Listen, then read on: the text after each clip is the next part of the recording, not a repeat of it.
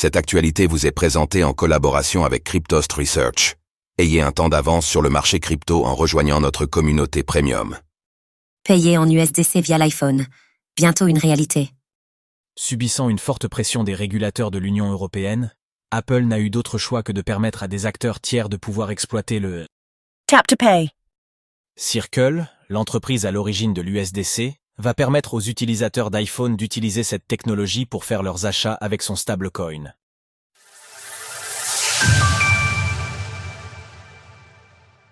Circle va adopter la technologie Tap to Pay afin de permettre les paiements en USDC via l'iPhone. Dans les prochaines semaines, Apple va permettre à des acteurs tiers de proposer des transactions via le Near Protocol Field Communication, NFC, grâce à son système Tap to Pay.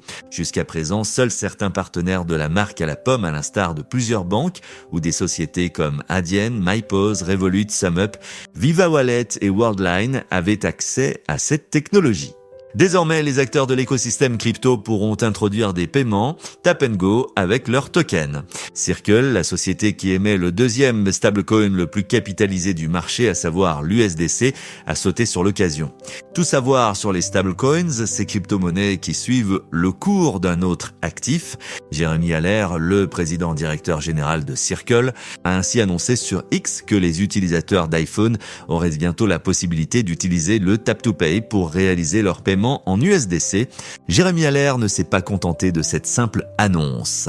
Il est allé plus loin, décrivant les diverses fonctionnalités accompagnant l'arrivée de Tap to Pay sur Circle.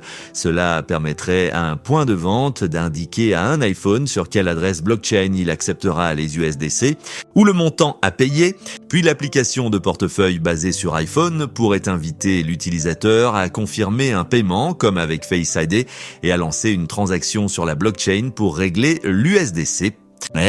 En combinant cela avec des réseaux blockchain à haute performance et à faible frais, soit une large partie des blockchains, cela ouvrira une voie puissante pour les paiements USDC directs aux commerçants. Après l'USDC, à qui le tour ? Hormis cela, Jeremy Allaire pense que l'ouverture du Tap to Pay aux acteurs tiers sera bénéfique pour l'écosystème crypto et plus particulièrement pour les jetons non fongibles, NFT, sous forme de billets pour les événements et les stablecoins.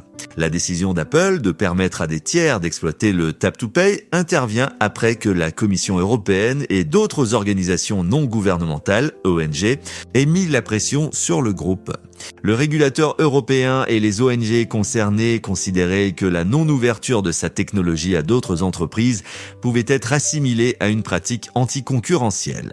Bien qu'elle ait évoqué de potentiels problèmes de sécurité en cas d'ouverture de sa technologie à la concurrence, Apple a souhaité éviter tout problème.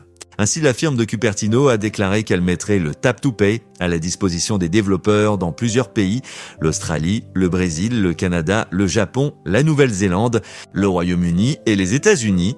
Également dans l'actualité, l'émission de stablecoins est à la clé de la prochaine hausse du Bitcoin, BTC. Rien n'indique si les entreprises françaises et plus largement celles de l'Union européenne pourront prochainement exploiter cette technologie.